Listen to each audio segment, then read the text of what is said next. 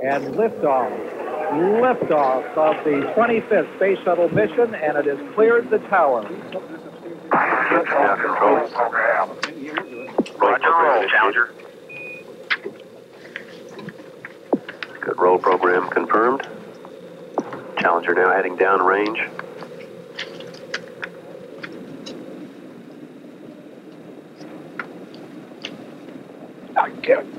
Engines beginning throttling down now at 94%. Normal throttles for most of the flight, 104%.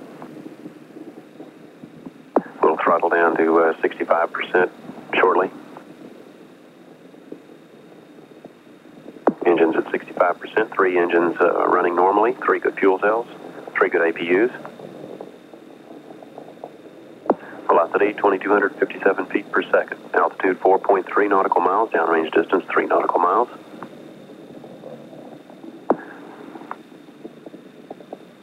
Engines throttling up. 3 engines now at 104%. Challenger, go at throttle up. Challenger, go at throttle up.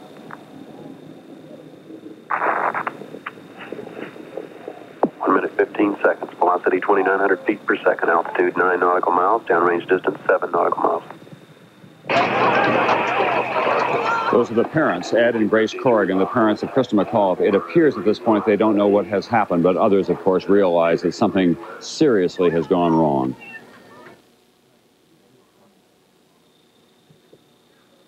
In slow motion now.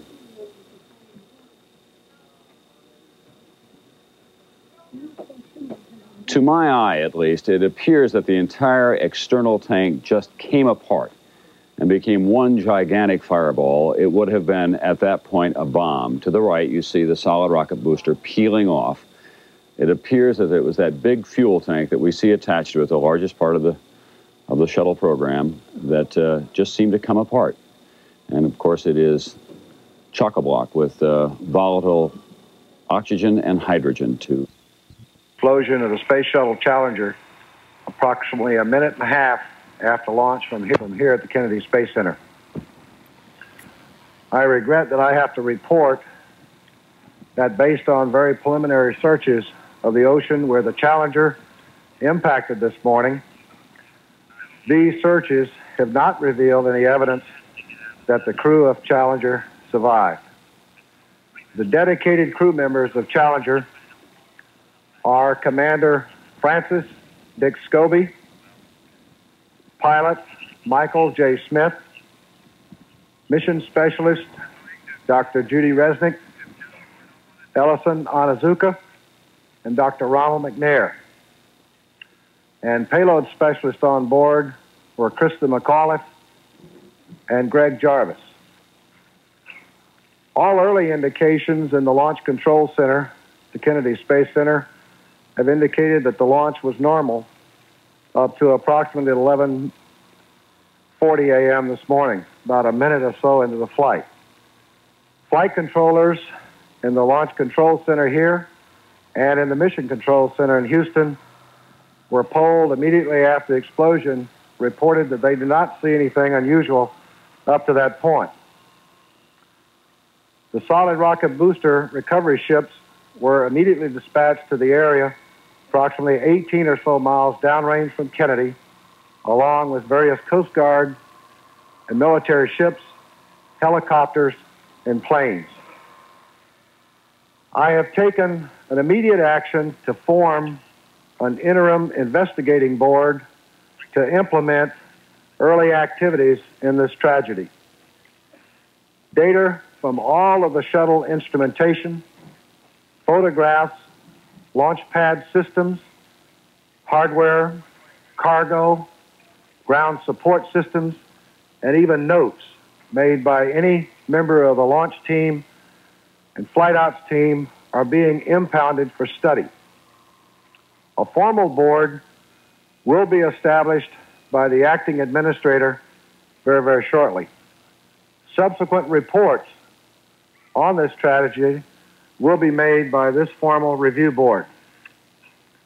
I am aware and have seen the media is showing footage of the launch today from the NASA Select system. We will not speculate as to the specific cause of the explosion based on that footage. It will take all the data, careful review of that data, before we can draw any conclusions on this national tragedy. Thank you.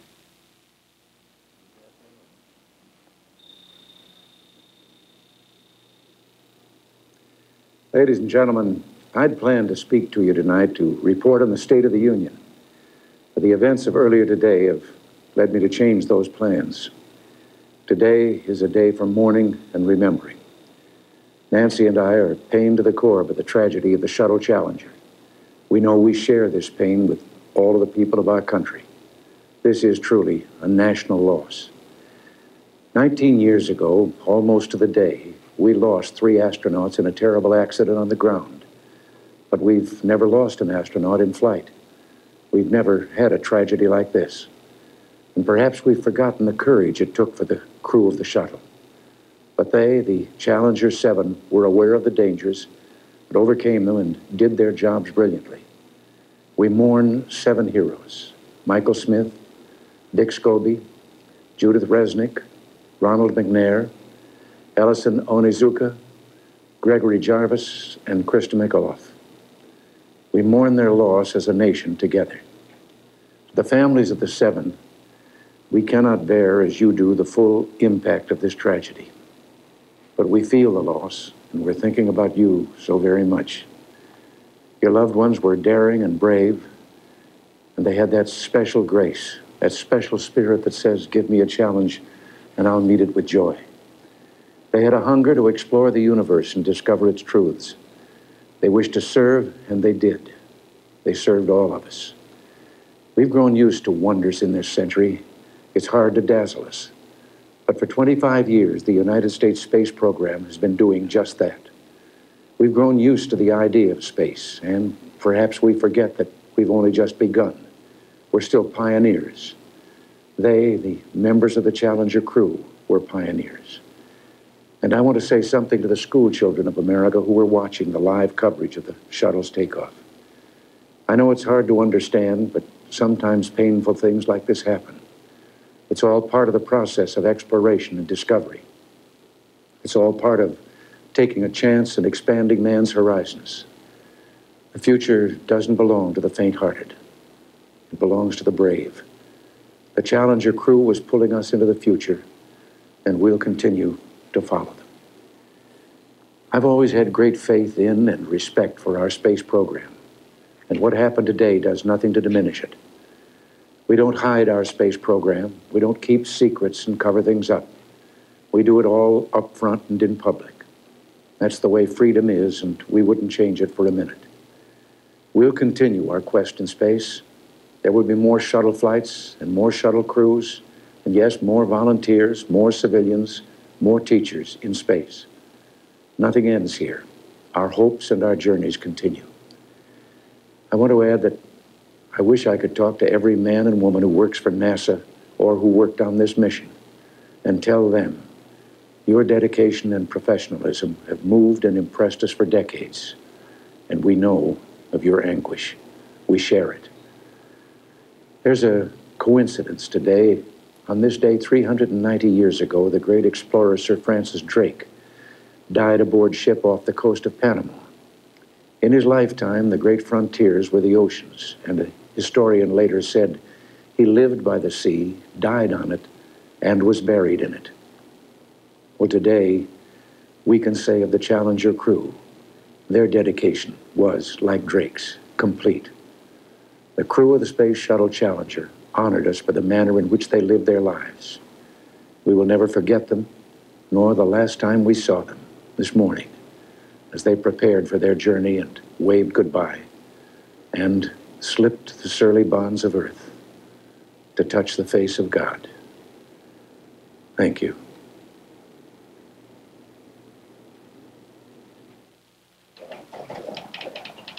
Live from the White House in Washington, D.C., the President.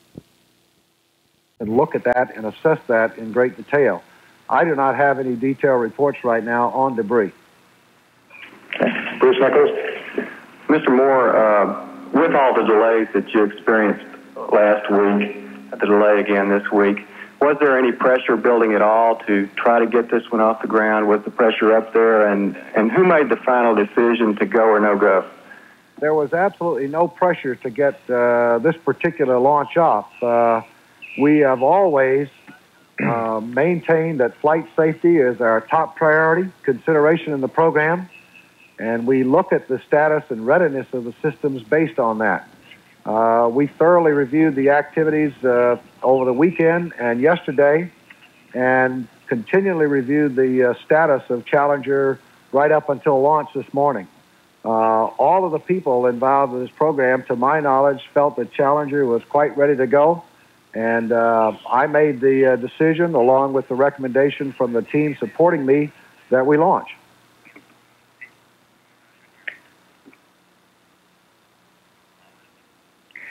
We're going to the Marshall Space Flight Center for a couple of questions. Martin Berkey with Huntsville Times. Can you tell me what this does to the schedule on down the line, including the launch at Vandenberg? No, I'm not prepared to do that. What I have done is basically suspend operations for a few days till we can sit down and assess this. And, you know, we're obviously not going to pick up any flight activity until we fully understand what the circumstances were relative to this morning's launch. So in the interim, near-term time, we basically suspended operations until we get a handle on what our problems were this morning. Nick Miller, WAFF Television in Huntsville. What part will Marshall Space Flight Center play in the investigation, since the propulsion system was the responsibility of the Space Flight Center here? Well, they obviously have to play a very strong role in the investigating what happened this morning. As you know, the Space Shuttle program is built around a team effort, not only involving the Marshall Center, but also the Kennedy Space Center and the Johnson Space Center. All of the elements have different responsibilities, and clearly Marshall has the propulsive responsibilities on the shuttle. They will play a very dominant role, as will the other three centers I mentioned, as well as anybody that is contributing to the overall program and has some relevant information to add will certainly play a part.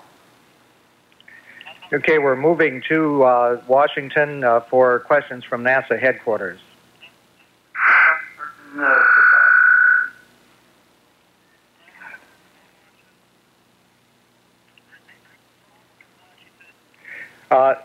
Okay, there is a problem with our audio circuits to Washington. We are going to the Jet Propulsion Laboratory in Pasadena. Bill Hines of the Chicago Sun-Times. Mr. Moore, in your opening remarks, you mentioned the appointment of this interim review board and said that it would be making statements from time to time. Not to put any adverse interpretations on this, it sounds a little bit like a news blackout, and I'm wondering if your objective is to consolidate information, what will be the point of issue of all those announcements in the future? And are other people not involved in that review board forbidden to talk? Well, let me correct your statement. First of all, I said that I had appointed an interim review board. That interim review board is composed of the senior members of the NASA team here to take immediate actions on impounding data. The acting administrator is expected to appoint a formal review board very shortly, and it will be left up to that review board in order to determine its progress reports in terms of their findings. What we have done here today is to move very quickly so that all relevant data could be impounded and all actions that are needed to be taken in order to preserve as much information as we can on the circumstances of this morning can be preserved. And that's the nature of the work that I've implemented today, and I expect a formal board to be established very, very shortly, within the next day or so, by the acting administrator. This is Roy Neal, NBC News. Jess, you've said, I believe, that future flights are temporarily frozen. The United States space program, as a result, is at a halt.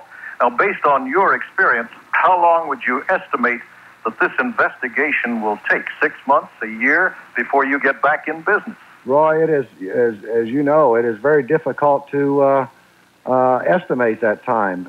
It's going to be a function of what the board finds were the difficulties today and what corrective actions have to be taken before we feel confident and feel safe to fly again. And I clearly am not in a position to speculate today the length of time involved in making that determination. It will be done just as quickly as we possibly can, but also as prudently as we possibly can and as thoroughly as we possibly can. One more question from JPL. Bill Hines again. I've got to follow up on that first question of mine. I understand now that there will be announcements made after the permanent board is appointed. Is that correct? There will be an announcement, I'm sure, of the members of the permanent board, yes. I believe that will be correct. And then I think that board will determine its rate of reporting based on the progress of its findings. Okay, we're going next to the Washington NASA headquarters. Are there any indications of sabotage or attack on the shuttle? I'm sorry, we didn't read that question. And while they're repairing that circuit to Washington, we'll go to the Goddard Space Flight Center in Maryland. Mark Weaver, WBAL Radio in Baltimore. Has this raised any questions about how reliable the space shuttle is? Might there just be too many things that could go wrong with a vessel this complicated? Well, that question, I'm sure, will be asked, and I don't want to speculate on that at this point in time. That's certainly a logical question for somebody to ask. Ken Terrell from WDVM in Washington. Were there any unusual weather conditions aloft or any unusual weather conditions during the launch? None that we observed that I recall. We did put up some weather balloons early this morning. We did look at load conditions as we normally do, and the winds aloft looked good. We didn't have any exceedances as far as our load indicators are concerned, to my knowledge, and we thought everything was in good shape for a launch this morning. Mr. Moore, I.J. Hudson from WRC-TV. Has it become a problem that you have been too good in the past, that the American people have seen flawlessly perform missions on TV almost routinely, and that something like this happens all of a sudden, it hits home even harder? Well, I don't know how to answer your question specifically. We always strive in every flight that we perform to be as reliable and as safe as we possibly can, and to do everything that we can